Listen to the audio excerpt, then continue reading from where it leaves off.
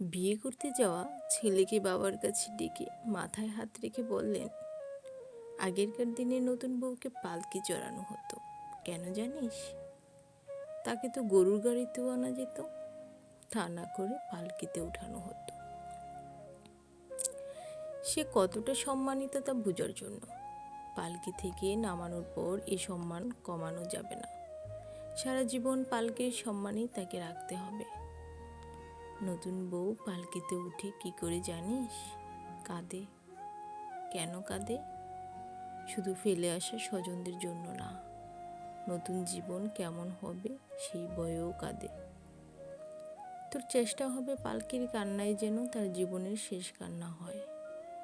এরপর আর মাত্র দুটো উপলক্ষে সে কাঁদবে। 1, মা হওয়ার আনন্দে। 2, তুই মারা গেলে। মাঝখানে যত শোক আসবে তুই তার চোখের পানি মুছে দিবি। বউ সবচেয়ে কষ্ট পায় কিসে জানিস? স্বামীর খারাপ ব্যবহারে। দেখ, আমি খুবই বদমেজাজি, কিন্তু কেউ বলতে পারবে না আমি তোর মায়ের সাথে কোনোদিন উঁচু গলায় কথা বলেছি। বিয়ে মানে আরেকটি মেয়ের দায়িত্ব নেওয়া। এটা ঠিকভাবে পালন না করলে সৃষ্টিকর্তার কাছে দায়ী থাকতে হবে। বউয়ের মা বাবা কখনো আমার শ্বশুর, আমার শাশুড়ি এগুলো ডাকবি না, মা বাবা ডাকবি। আগের ডাকগুলো কোনো মেয়ে পছন্দ করে না।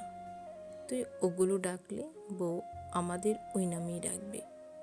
এটাই নিয়ম, মনে রাখিস। সৃষ্টিকর্তার পাল্লা সমান। এক পাল্লায় তুই যা রাখবি তিনি অন্য পাল্লায় ঠিক তাই রেখে দুই দিকে ওজন সমান রাখবেন।